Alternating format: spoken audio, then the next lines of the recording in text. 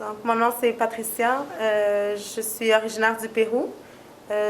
Avant, j'étais catholique, chrétienne. Je suis convertie depuis le Ramadan, ça fait 4 mois. Mon nom, j'ai choisi un nouveau nom musulman, ce qui n'est pas obligatoire dans la religion, mais je voulais vraiment avoir un nom musulman pour avoir une nouvelle vie musulmane. J'ai choisi un nom qui était très, très significatif pour moi. Je voulais pas nécessairement quelque chose qui est beau, quelque chose qui va bien sonner avec mon nom de famille ou quelque chose. J'ai choisi le nom de Mariam parce que c'est la mère de Jésus, Isa alayhi salam. Une femme en qui les catholiques, les chrétiens, on croit beaucoup. Une femme qui était très importante toute ma vie et qui l'est encore aujourd'hui. Je me suis reconvertie il y a 4 mois pendant le Ramadan. Alhamdoulilah, c'est le meilleur choix que j'ai pu faire dans toute ma vie.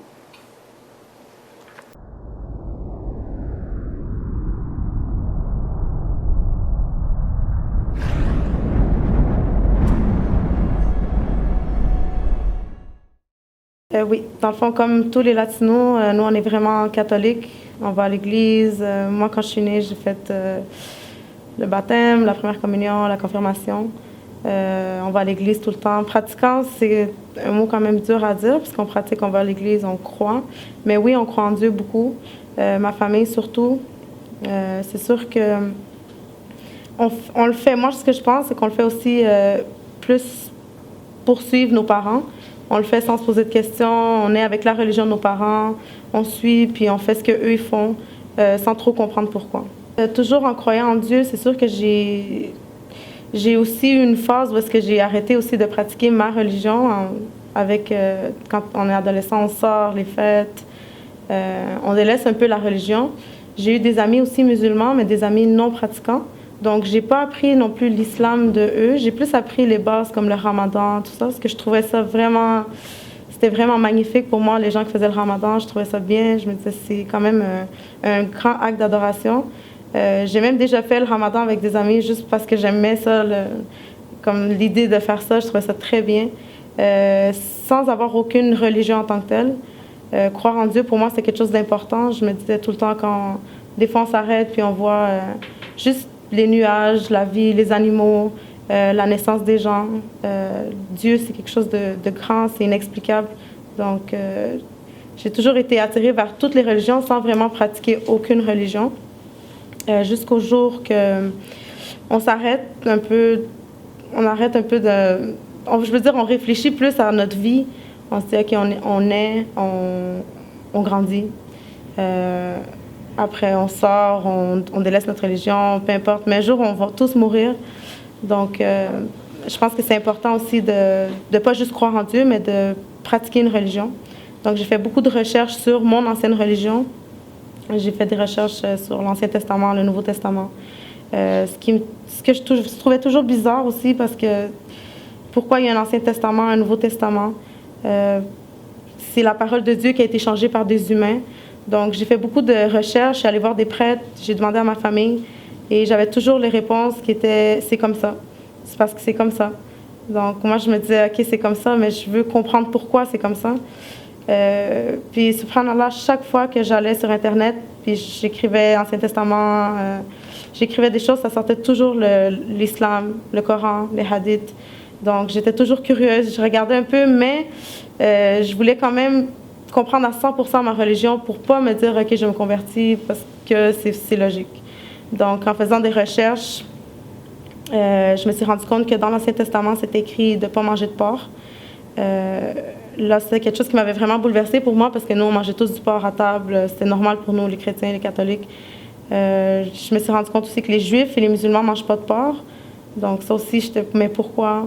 Dans l'Ancien Testament, c'est écrit que la femme doit prier avec un voile.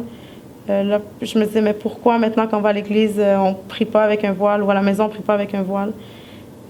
Je me suis renseignée un peu, je me suis rendu compte que l'église catholique, jusqu'à les années 1960, les femmes priaient avec un voile. Donc, nos grands-parents, nos arrière-grands-parents priaient avec un voile. Puis maintenant, quand on va à l'église, les gens s'habillent comme on veut, on peut aller en jupe, on peut aller comme on veut, on peut aller quand on veut, sans voile. Ça, c'était des petites choses comme ça qui m'ont amené à me rendre compte que ma religion, j'avais des doutes. Donc c'est ça. Faisant plus de recherches, je lisais beaucoup le Coran, puis j'ai appris c'est quoi l'islam.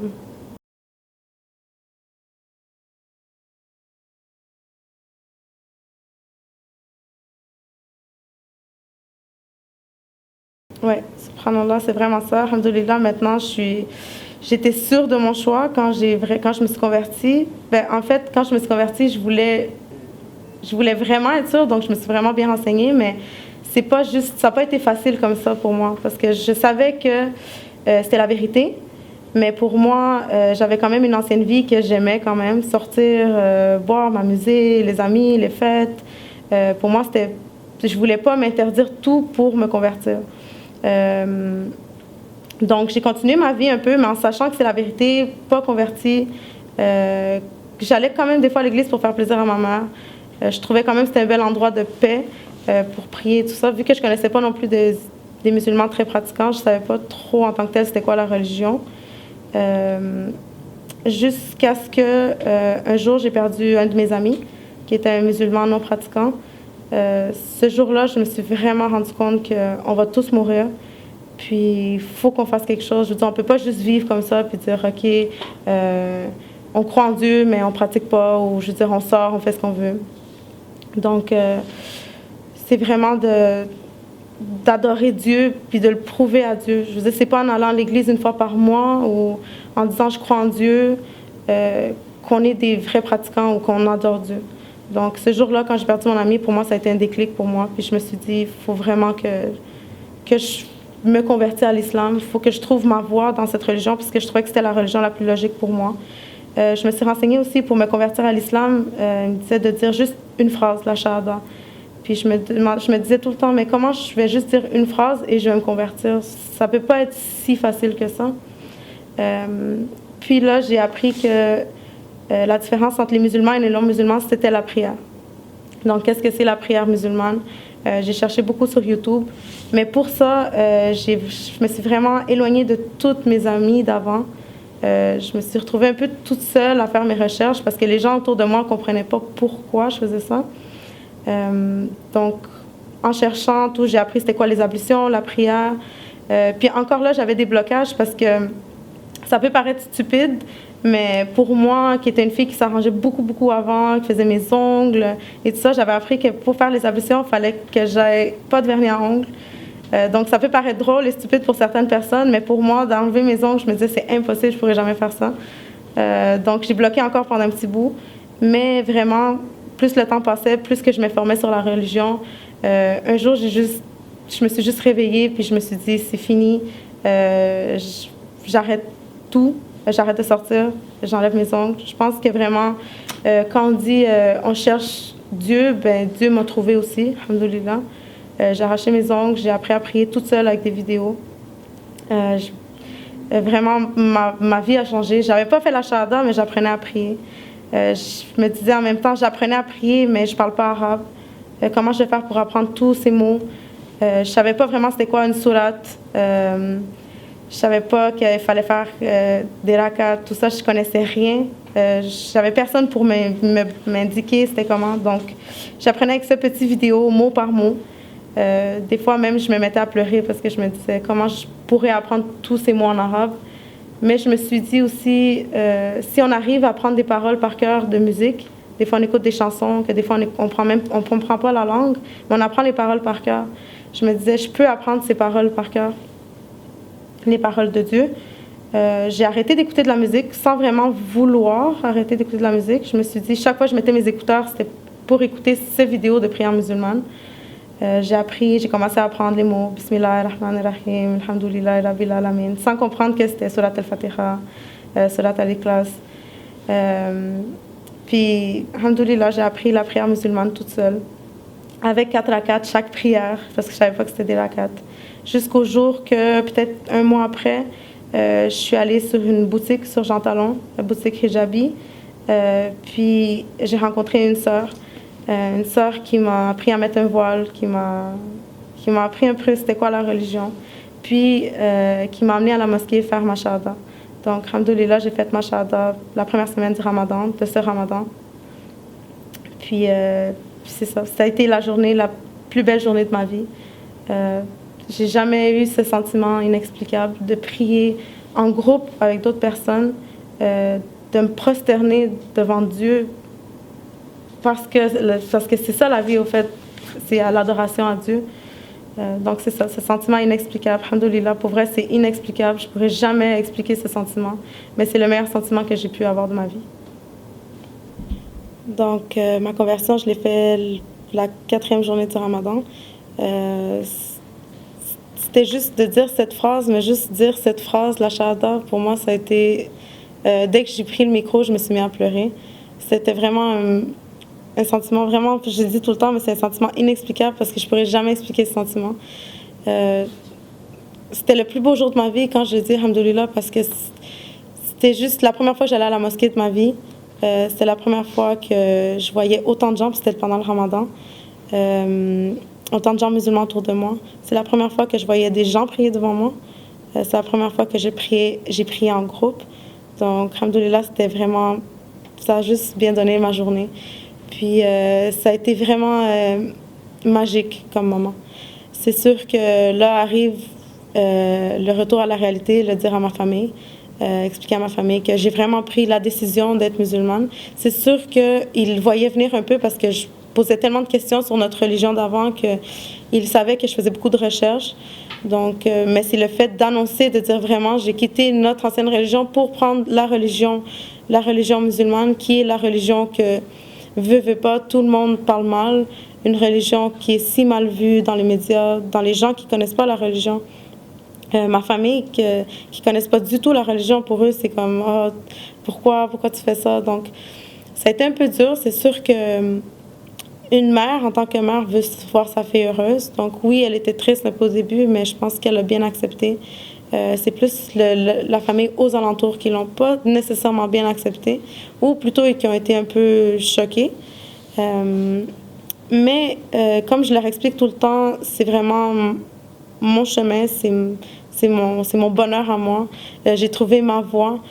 J'ai pas choisi cette religion parce que j'étais désespérée, ou je n'ai pas choisi cette religion pour un homme. C'est vraiment Dieu qui m'a guidée, alhamdoulilah. Quand j'essaie de leur expliquer, je leur dis c'est le même Dieu. Je crois au même Dieu que vous, c'est juste que je crois pas que Jésus c'est le Fils de Dieu. Et même avant de me convertir, je savais pas que Jésus c'était un prophète dans le Coran.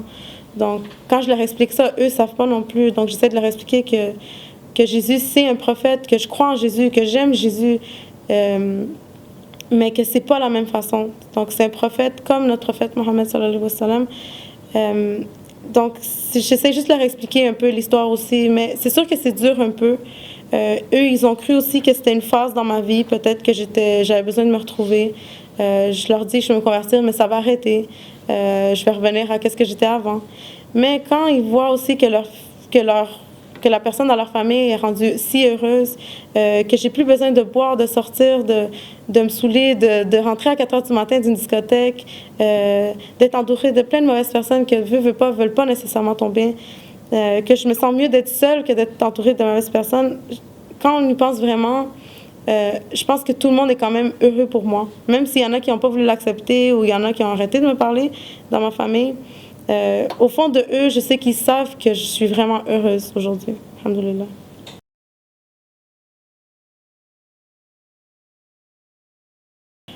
Quand je me suis convertie à l'islam, déjà pour moi c'était dur, comme j'avais dit, de ne pas faire mes ongles, de me priver de tout comme les gens le voient, mais pour moi c'était mon bonheur. J'aurais jamais pensé qu'un jour j'aurais mis le hijab.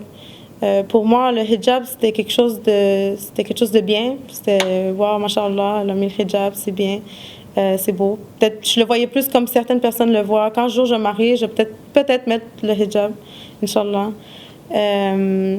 Mais le temps passait. Je me suis beaucoup rapprochée de ma religion. J'ai appris à ma religion. J'ai lu beaucoup le Coran. Et plus je lisais le Coran, plus je me disais, on arrête de manger du porc parce que Dieu nous a dit de ne pas manger du porc. On fait le Ramadan par acte d'adoration à Dieu. On fait beaucoup de choses pour Dieu. Mais le hijab, c'est quelque chose que Dieu a ordonné aux femmes de faire. Donc pour moi, d'avoir arrêté tout dans ma vie pour Dieu, et de ne pas mettre le hijab, pour moi, des fois, je me sentais mal quand je pensais à ça, mais je ne voulais pas penser à ça. Parce que je me disais, je ne peux pas mettre le hijab, moi qui aime m'arranger, moi qui travaille dans la mode, moi qui travaille avec le public, je vais me bloquer des portes. Ma famille, qu'est-ce qu'ils vont me dire? Ils vont me renier. C'était vraiment une grosse étape pour moi, c'était très difficile. J'essayais de ne pas penser à ça parce que ça me faisait de la peine de me dire que je ne le mettrais jamais. Quelque chose qui m'a vraiment poussée à mettre le hijab, personnellement, c'était beaucoup le fait que quand j'allais à la mosquée, pour aller à la mosquée, pour prier, il faut mettre son voile. C'est correct, on est à la maison, on met notre voile, on l'enlève, c'est correct. Mais quand on va à la mosquée, on met notre voile, puis quand je ressors de la mosquée, j'enlève mon voile. Donc ça, c'était pour moi, c'était quelque chose, je me sentais, pas que je trahis un peu Dieu, mais je sentais un peu comme si je n'étais pas à 100%, je n'étais pas une vraie musulmane. Des fois, je prenais le métro ou je me promenais dans la rue, puis je voyais des musulmanes avec le voile, puis ça me faisait de la peine parce que je me disais, elle, c'est une musulmane. Moi aussi, je suis une musulmane. Je prie 5 fois par jour. J'ai arrêté toutes mes conneries pour être musulmane. Ma famille l'a mal pris, l'a bien pris, mais ma vie a changé pour être musulmane. Mais je suis assise à côté de cette femme et elle est musulmane, mais moi, je suis assise puis j'ai pas l'air d'une musulmane. Et je voyais, et de l'autre côté de la médaille aussi, j'étais assise avec des filles non musulmanes et je me disais, les gens doivent penser que je suis pas une musulmane. Et pourtant, je suis si fière d'être musulmane. Je ferai tout pour montrer aux gens que je suis fière d'être musulmane, mais j'ai pas ce petit morceau de tissu, juste le petit morceau de tissu que les gens pensent tellement mal, mais qui est un acte d'adoration envers Dieu. Donc, c'était pour moi, c'était des choses qui étaient... Je pouvais pas expliquer, mais des fois même, je pleurais, puis je me disais, il faut que je mette le hijab. Je veux pas attendre quand je vais me marier, quand je vais avoir des enfants, parce que qui dit que tu vas te marier, qui dit que tu vas avoir des enfants, qui dit que demain tu vas pas te réveiller, puis tu vas mourir, puis tu vas apparaître devant Allah, puis tu vas lui dire, mais je voulais mettre le hijab, mais j'ai pas pu le mettre. Donc, j'essayais de pas penser à ça, mais le temps passait. C'est sûr aussi qu'une chose qui m'a vraiment aidée beaucoup, c'est mon entourage. Mes nouvelles amies, mes sœurs, qui, elles, étaient toutes voilées, qui même certaines portaient le djilbab. Pour moi, même quand je sortais avec eux, des fois, j'étais un petit peu timide parce que je me disais, moi, je sors avec mes beaux cheveux et tout. Des fois, je me disais, je vais me mettre un petit foulard sur ma tête. Je vais me pratiquer. Donc ça m'a aidé beaucoup. L'entourage, ça aide beaucoup dans la religion parce que si j'aurais continué à traîner avec des filles qui ne sont pas musulmanes ou pas voilées aussi, c'est sûr que je l'aurais peut-être pas mis nécessairement aussi vite. Ça fait 4 mois que je suis musulmane aujourd'hui. Ça fait 2 mois que j'ai décidé de porter le hijab. Alhamdoulilah. Ça aussi, ça a été le 2e meilleur choix de ma vie. J'étais plus capable de sortir puis me dire, tous les hommes qui me regardent et moi je me montre à eux, c'est tout des péchés envers Dieu. Je suis si fière d'être musulmane et c'est comme si j'ai honte d'être musulmane dans le fond, c'est parce que je sors comme ça. Je veux pas. Pourquoi j'ai honte de mettre un voile? Pourquoi j'aurais honte? Pourquoi j'aurais peur des gens? Et c'est ça. Donc, le temps a passé, puis un jour, la vidéo du prophète Mohammed sallallahu alayhi wa sallam est sortie, la vidéo sur YouTube qui parlait mal de la religion. Ça m'a vraiment affectée, j'ai vraiment pleuré. Et je me suis dit que ça a été le déclic pour moi. Je me suis dit, c'est le meilleur moment pour moi, sortir, moi qui est latina, moi qui est convertie, moi qui n'ai pas mariée, moi qui n'ai pas d'enfant, moi qui viens d'une famille chrétienne. C'est le meilleur moment pour moi de mettre le hijab et de montrer à tous ces gens qui pensent mal de la religion, qui pensent que le hijab, c'est une obligation par nos parents, par notre mari. C'était le meilleur moment pour moi de mettre le hijab. Donc, j'ai beaucoup pleuré, j'ai prié, j'ai demandé à Allah de me faciliter. Je me suis réveillée le lendemain, j'ai mis mon hijab, alhamdoulilah. Je suis partie travailler avec mon hijab. J'aurais pu perdre mon emploi. Mais Allah est grand, Allah est gentil. Si j'aurais perdu mon travail pour mon hijab, je l'aurais accepté. Mais j'ai pu garder mon travail, alhamdoulilah. Et ma famille, c'est sûr qu'ils l'ont mal pris au début, un peu sur le choc.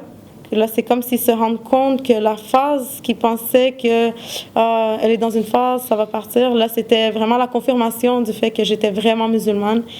Et ça a été triste un peu pour ma mère. C'est sûr que ma mère était triste, un peu comme si c'est fini, j'ai perdu ma fille. C'est plus la même chose. Ma fille porte le voile. Mais elle a compris aussi, encore la même chose. Je veux dire, quand une mère aime sa fille, elle veut son bonheur. Puis même si au début elle n'accepterait pas, elle va le finir par l'accepter, Inch'Allah. Parce que c'est quelque chose c'est un bonheur. C'est comme quand j'ai fait ma shahada, c'est une sensation inexplicable de sortir voilée puis de montrer à tous ces gens qu'on est fiers d'être musulmane, qu'on peut me pointer du doigt et dire, elle est musulmane. Oui, je suis latina, mais je suis musulmane. Je suis musulmane avant d'être latina. Donc, pour moi, c'était vraiment... C'est ma fierté, puis c'est la meilleure décision que j'ai prise de ma vie après m'être convertie.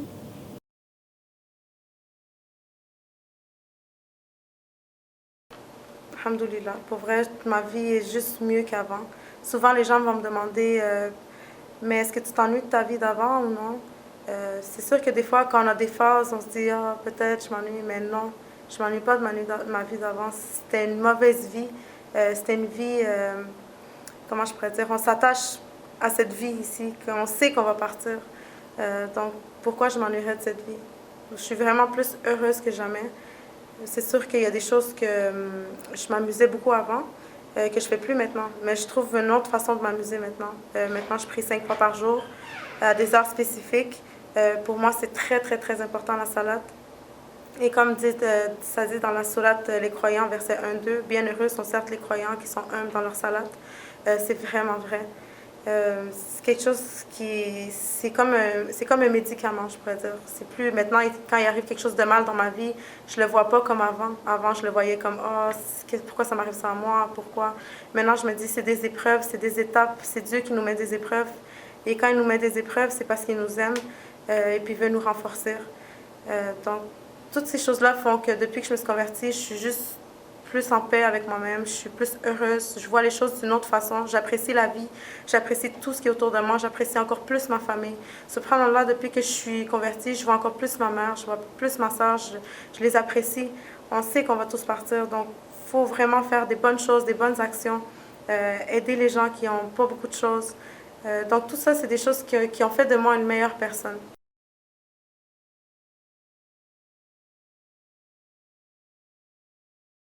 Ouais, donc, si je peux donner un conseil à mes sœurs musulmanes, surtout celles qui ont un peu délaissé la religion, j'aimerais vous faire comprendre la chance que vous avez d'être nées dans une famille musulmane, d'être nées avec cette magnifique religion, de pouvoir avoir les facilités que nous, en tant que reconvertis, on n'a pas. Juste, par exemple, le fait nous, on doit annoncer à nos familles qu'on se reconvertit, on doit expliquer la religion. Vous êtes déjà dans la religion. La salade, tout ça, c'est quelque chose de normal pour vous. Le hijab, il y en a beaucoup ici qui ne mettent pas le hijab parce qu'ils ont peur. Parce qu'ils ont peur de perdre leur emploi, ils ont peur d'avoir de la misère à trouver dans leur vie, peut-être même un mari ou quelque chose. C'est quelque chose que vous avez une facilité, c'est un acte d'adoration envers Dieu. Si nous, en tant que reconvertis, on est capable de le faire, puis de perdre notre emploi, perdre notre famille, pour vous, c'est quelque chose de plus facile. C'est un conseil que je vous donne à vous, mes sœurs, qu'Allah vous facilite. Faites des doigts, demandez à Allah de vous faciliter. Même si vous perdez votre emploi, même si vous pensez ne pas trouver de mari, Dieu est grand, Dieu va toujours être avec vous si vous faites des choses pour lui. Surtout aussi, réalisez aussi la chance que vous avez d'être musulmane. Nous, en tant que reconvertis, on fait le ramadan tout seul, on fait l'Aïd tout seul, les soupers pour le ftar, on les mange tout seul. Donc, toutes ces choses-là font qu'il y a des gens qui ont une chance d'être nés musulmans, mais qui ne le réalisent pas. Aussi, le conseil que je peux donner aux gens qui s'intéressent à l'islam, mais qui ont peur de la critique des gens, il faut arrêter de penser aux gens, pourquoi les gens, qu'est-ce qu'ils vont dire, on va me critiquer, on va arrêter. Peu importe qu'est-ce qui arrive, les gens ne payent pas notre loyer, les gens ne nous offrent pas à manger. Si un jour il y avait arrivé quelque chose, vous allez voir, les gens ne vont jamais être là pour nous. C'est juste nous, Dieu, la famille. Il faut arrêter de penser comme ça, parce que si on pense comme ça, on ne va jamais avancer. Peu importe, musulman, pas musulman. Si vous vous intéressez à l'islam, il faut continuer dans le bon chemin. C'est la meilleure religion qui existe, c'est la plus logique, c'est la dernière religion. C'est la religion qui apporte le plus de bien, même si les gens pensent mal, les gens montrent que c'est mal. Au contraire, c'est le meilleur sentiment qu'on peut trouver dans la vie, c'est de prier à Dieu, c'est de faire des actes d'adoration envers Dieu. Si vous voulez apprendre plus de la science, surtout écoutez toujours des vidéos, des conférences, des halakas, dans toutes les choses qui parlent de religion, et surtout écoutez Mustaqim TV. عشوة شوف العشوة عشوة فيها لمة عشوة تسعد قلبك في برنامج عشوة في برنامج عشوة لا لا لا لا